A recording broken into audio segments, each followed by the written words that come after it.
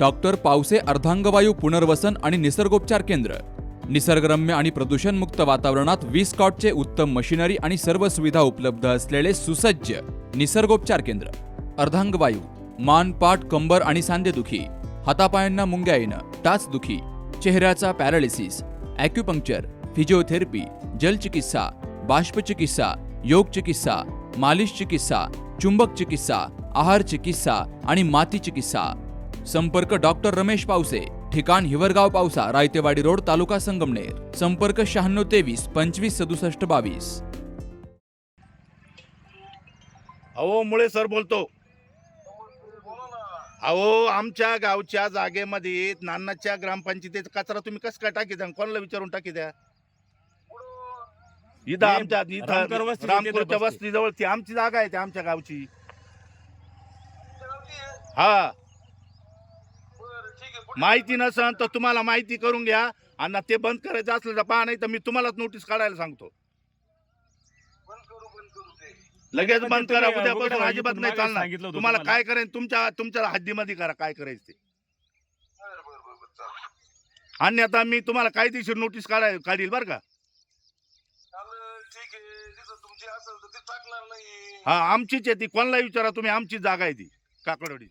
संगमनेर तालुक्यातील काकडवाडी नान्नजदुमाला शिवेवर रामकर आणि चत्तर वस्ती नजीक असणाऱ्या बंधाऱ्याच्या कडेला नान्नजदुमाला ग्रामपंचायतीच्या माध्यमातून कर्मचाऱ्यांमार्फत घंटागाडीत उघड्यावर कचरा आणून टाकला जातोय. या ठिकाणी ग्रामपंचायतीच्या माध्यमातून प्लास्टिकसह इतर अनावश्यक कचरा आणून टाकला जात असल्यामुळे परिसरात दुर्गंधी पसरली आहे. त्यामुळे नागरिकांच्या आरोग्याचा गंभीर प्रश्न निर्माण झालाय, असा आरोप स्थानिक रहिवाशांनी केलाय. नान्नजदुमाला ग्रामपंचायतीतील ग्रामसेवक मनमानी पद्धतीनं कारभार करत असल्याचा आरोपही नागरिकांनी केलाय. ग्रामपंचायतीनं कोणत्याही परिस्थितीमध्ये उघड्यावर कचरा टाकू नये, अन्यथा कायदेशीर कारवाई करण्याचा इशारा ज्ञानवर्धिनी शिक्षण संस्थेचे मुख्य कार्यकारी अधिकारी तथा सामाजिक कार्यकर्ते के.डी. मुळे यांनी दिलाय. कचरा काकडवाडी ग्रामपंचायतच्या हद्दीमध्ये टाकलेला तो कचरा बेकायदेशीर आहे. दुसरी गोष्ट अशी की रस्त्याच्या कडाला आहे, त्यांना जो कचरा टाकायचा आणि अधिकृतपणे त्यांनी दुसऱ्या ठिकाणी व्यवस्थित विल्हेवाट लावायला पाहिजे. त्या ठिकाणी मोकळ्या ठिकाणी तो कचरा टाकलेला आहे आणि त्यामुळं ते कोंबड्या कुत्रे आजूबाजूच्या लोकांना त्रास देतात. अशा प्रकारे त्यांना आता ग्रामपंचायत आणि सरपंच आणि ग्रामसेवक यांना आपण फोनवर सांगितलेलं आहे. त्यांनी यापुढे टाकणार नाही असं म्हटलेलं आहे. जर यापुढे अशा प्रकारचं जर कृत्य सदर ग्रामपंचायतीकडून झालं तर कायदेशीर आपण नोटीस त्यांना देऊ आणि पुढील कायदेशीर कारवाईला आपण सज्ज राहू.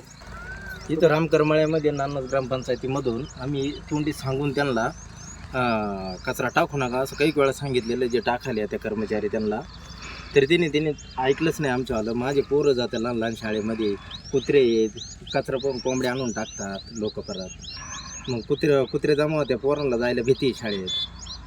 गाय राहत्या, त्यांना कुत्रे येऊन धरी त्या भरपूर दुर्गंधी सुटते त्याच्यामुळे आम्हाला लय त्रास होतोय. पण आता कोणी आमचं मनावच घेत नाही. 2 वर्षापासून कचरा टाकी त्या कुत्री कोंबड्या टाकी त्या आणून आमचं कुणी मनावर धरीत नाही. मी 4-5 दिवस ग्रामसभेत जाऊन सांगितलंय इकडं कचरा टाकू नका, आम्हाला तकलीफ होती, पण ते काय ऐकतीच नाही. ते वारंवार इकडं आणून टाकी ते. तुम्ही कोणाला भेटले होते कचरा टाकून? ग्रामसेवकला सांगितलं होतं ग्रामसभेत. मग त्यांचं काय म्हणणं? ते आमची सरकारी जागा आहे ही. हो. मग ही जागा कोणाची नेमकी? ही जागा काकडवाडी ग्रामपंचायतीची. ती काकडवाडी हद्दीत गट नंबर आहे. याचा काही त्रास होतो नेमका? याचा त्रास म्हणजे आमचे इकडे जनावर आहे, माणसं येते, कुत्रे त्रास देते. आमच्या गायांना उद्या तकलीफ झाली, कोण काय करणार? तुमची मागणी काय ग्रामपंचायत? इडले हा कचरा इकडं परत येता कामा नये. जर आला तर आम्ही हा भरणार आणि ग्रामपंचायती पुढे नेऊन टाकणार. ग्रामपंचायत काही डिसिजन पाहिजे. जर नान्नजदुमाला ग्रामपंचायतीकडून पुन्हा याच ठिकाणी कचरा टाकला गेला तर रामकर आणि चत्तर वस्तीवरील नागरिक तो कचरा उचलून ग्रामपंचायत कार्यालयासमोर आणून टाकतील, असा इशाराही नागरिकांनी दिलाय.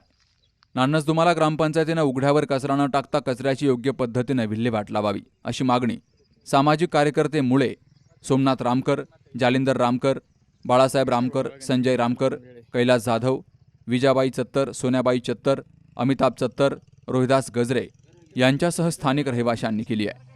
Dattatray Gholap, C News Marathi, Nannaj.